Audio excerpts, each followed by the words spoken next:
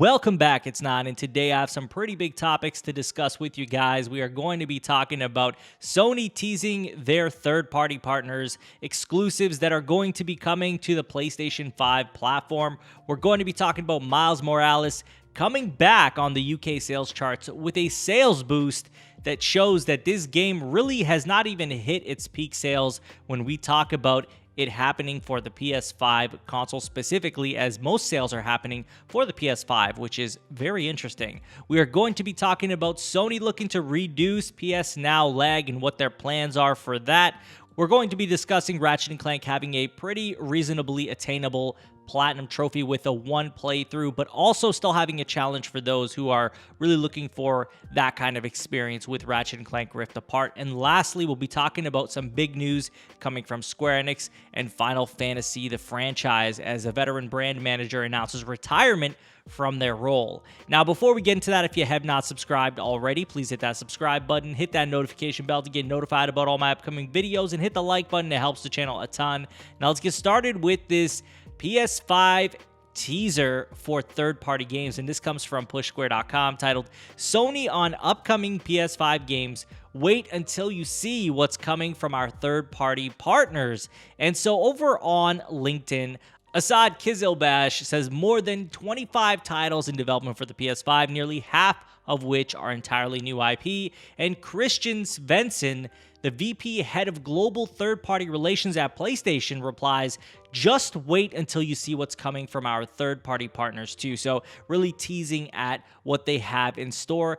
You know, and it doesn't surprise me. We know that there are a lot of third-party deals. We knew that before the PS5 was even revealed that there was going to be a lot of third-party deals, and we don't have to look any further than the deals that they have with Ghostwire Tokyo. We got Final Fantasy 16. We have Forspoken. There's lots of games out there that they are going to be getting on their platform day and date as third-party exclusives, and I know they're timed exclusives for the most part, but that still doesn't change that it is a big deal for the platform.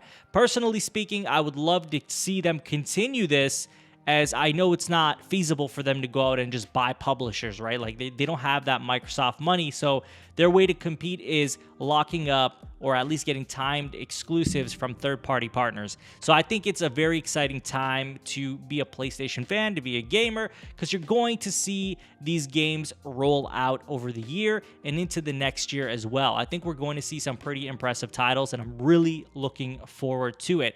Now, on to our next topic, and this also comes from Push Square. It's titled UK Sales Charts. Miles Morales comes back swinging while Mass Effect launches to the top. We're going to be talking specifically about the PlayStation aspect of this, naturally, and it says, driven by bursts of PS5 stock the UK has seen over the last 2 weeks, the game sold best on the modern console, with 88% of the week's sales made on the new gen version. It doesn't surprise me. You know, people want that showcase, and Miles Morales is actually quite impressive graphically, and I think it's going to appease a lot of fans who are looking for a good experience just on the PS5. Now, obviously, we have a lot of good games coming out, like Returnal's out, Demon's Souls, and we're going to have Ratchet and Clank coming in June, so there's going to be lots of options out there, but let's not kid ourselves. Miles Morales is a very much a showcase of ray tracing and just overall the speed of the SSD, the experience. The game is good as well, so we know that that's going to be a go-to game for people who are buying the PS5. And then we also have people who are not looking to play this game until they get a PS5, so that's another aspect of this that we have to remember, and it shows on these sales charts where we see a resurgence for Spiderman Miles Morales every time there's a sales boost in the UK or wherever it may be. The second thing I wanted to talk about on the same topic, Subnautica Below Zero debuts in 5th with more than half of sales going towards PS5 and PS4 versions. So we're seeing still that PlayStation, at least in the UK, seems to be the preferred platform. But I think that's kind of like par for the course when it comes to PlayStation in the UK. That is technically the bigger brand there in terms of game consoles. So it makes sense that we see that. Now on to our next topic, and this is all about PS Now, guys. You know, the service that is pretty much the competition for Game Pass and many other services out there like Stadia. This comes from PSU.com, titled Sony looking to reduce PS Now lag, suggests recent patent filing.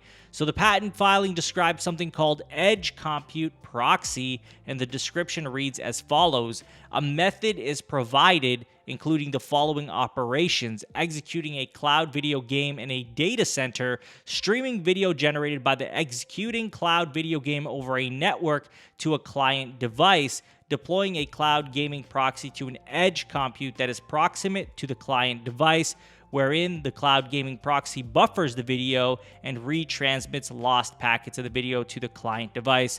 A fancy way of saying it's going to decrease latency. Now, at the end of the day, and I kind of stick by this, I think that cloud gaming is not there. Do I think it'll ever be there? Maybe one day, but we're pretty far from that. And I think that while this may improve latency, it's never going to compete with just having the console in front of you and playing it straight naturally from the console straight to the TV. And that's something that nobody can argue that. I think that's always going to be the best way to experience video games. And that's why I believe that cloud gaming will either take a very long time to take over, or it's going to be side by side with, home console gaming or PC gaming or whatever it may be. Next up, we are talking about Ratchet and Clank Rift Apart, and this comes from thegamer.com, titled Ratchet and Clank Rift Apart Platinum Trophy Details Revealed. If you are the type of player who just really embraces the game and loves it, we are going to make it possible to get the platinum without wasting your time, Daily told IGN India. And that, at least to me, is a pretty big deal. Goes on to say, Daily also notes previous titles in the series that would require players to stretch themselves in order to truly complete the game. For those of you reading this who enjoy the challenge of unlocking a hard-to-get platinum trophy, don't be too disheartened. Rift Apart will include a new Game Plus-like feature called Challenge Mode.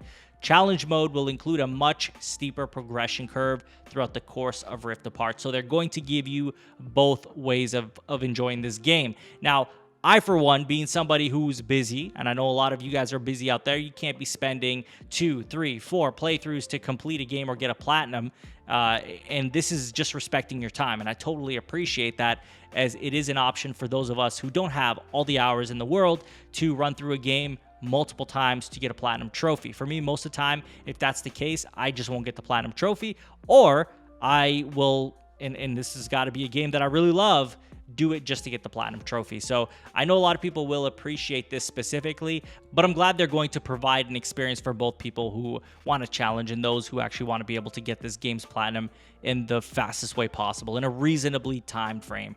Now on to our last topic, and this comes from VideoGamesChronicle.com, titled Final Fantasy's veteran brand manager announces retirement from role. So speaking during a virtual fan festival this weekend, Hashimoto announced that his successor would be Final Fantasy 6, 7, and 8 director Yoshinori Kitase. Shinji Hashimoto will not be leaving Square Enix, but will continue to assist in various ways, he said via a Famitsu article. Hashimoto joined Square Enix in 1995 and served as a producer or exec producer on virtually every Final Fantasy installment since 1997's Final Fantasy VII, and so he is a very, very important person when it comes to the Final Fantasy brand, the Final Fantasy IP. He's been around for a long time. He's done a lot for the franchise, so his departure is very sad, actually. I think, if you remember the troll that he did over with the Steam port of Final Fantasy VII on the PS4, I remember that, and I was one of the people who was just thrown back by it. This is the same guy, so I think, it's time. Everybody has to move on eventually and do what they need to do, retirement or not, whatever it may be. And I totally respect that, and I appreciate everything he's done for Final Fantasy, for me as a gamer, as Final Fantasy is such a huge IP for me, huge franchise for me, as 7 changed the way I look at gaming altogether. But that's all I have for you guys in today's video. It's an interesting one, the biggest thing being the teased third-party partners, and obviously we got Miles Morales bumping up the charts, and it's nice to see. I think if you haven't played that game, you should jump into that for sure.